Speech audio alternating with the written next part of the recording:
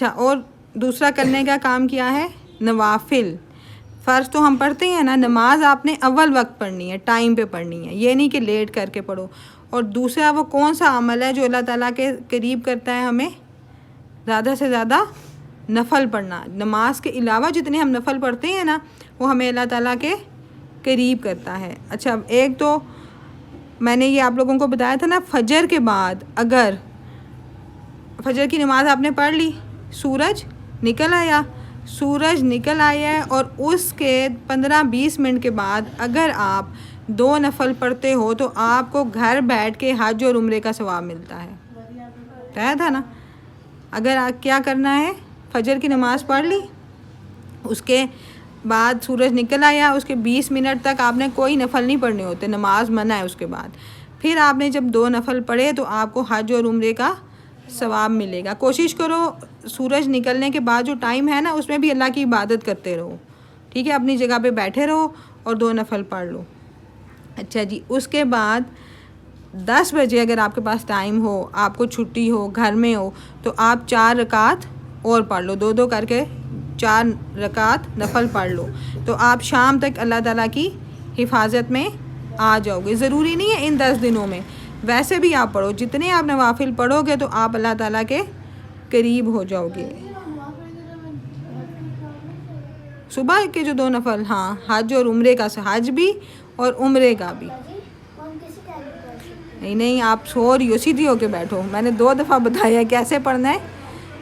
फजर की नमाज़ पढ़ ली, ठीक है। उसके बाद सूरज निकल आया, ठीक है। जब सूरज निकल आता ना, जब फजर का टाइम ख़त्म हो जाता है, उसके बाद 20 मिनट गुजर जाएं, ठीक है। फिर उसी वक्त पढ़ने हैं 2 नफ़ल।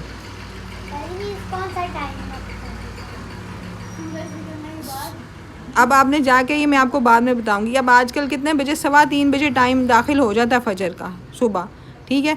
तो हो सकता है ख़त्म कितने बजे होता है वो नेट पे सर्च करना, या मैं करके बताऊंगी। ख़त्म हो गया ना टाइम, उसके 20 मिनट बाद आपने बैठे रहना है। फिर आपने 2 नफ़ल पढ़ने हैं, तो आपको हज और उम्रे का सवाब मिलेगा।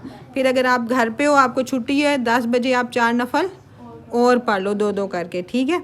उसके बाद क्या करना है, असर की नमाज में आप क्या क्या पढ़ते हो, 4 फ़र्ज़ पढ़ते हो।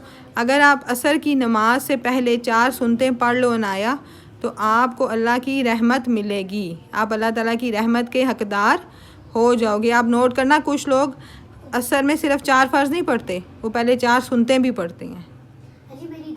दादू पढ़ती हैं ना, 4 सुन्नतें पढ़ो, फिर 4 फ़र्ज़ पढ़ लो। अच्छा जी, उसके बाद और ज़ोहर की नमाज में क्या क्या पढ़ते हो,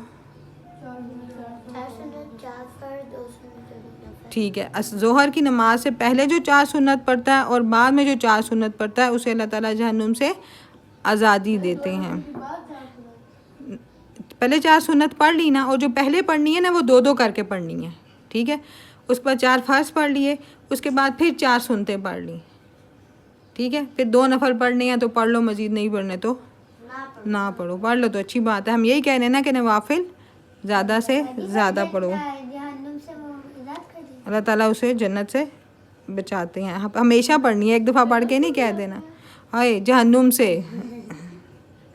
अच्छा जी, उसके बाद दुआओं की बात हो गई है ना, कि इसमें अल्लाह ताला की रहमत के दरवाज़े खुल जाते हैं, तो इसमें ज़्यादा से ज़्यादा दुआएं मांगनी है, और दुआएं इंसान की तकदीर भी बदल सकती हैं।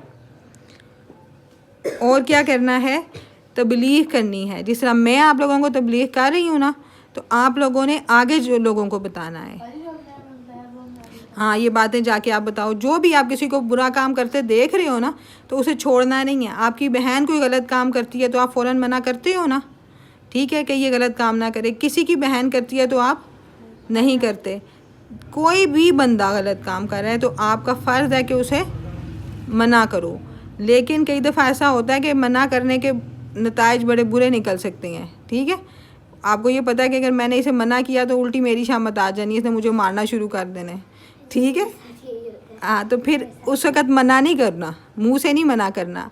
सबसे पहले अल्लाह ताला ने कहा, नबी सल्लल्लाहु अलैहि वसल्लम ने, कोई बुराई होते देखो तो हाथ से रोको, हाथ से रोक नहीं सकते तो मुंह से रोको, मुंह से भी नहीं रोक सकते तो कम से कम दिल में बुरा ज़रूर कहो। अब फ़लस्तीन में जो कुछ हो रहा है, आप हाथ से जाके रोक सकते हो?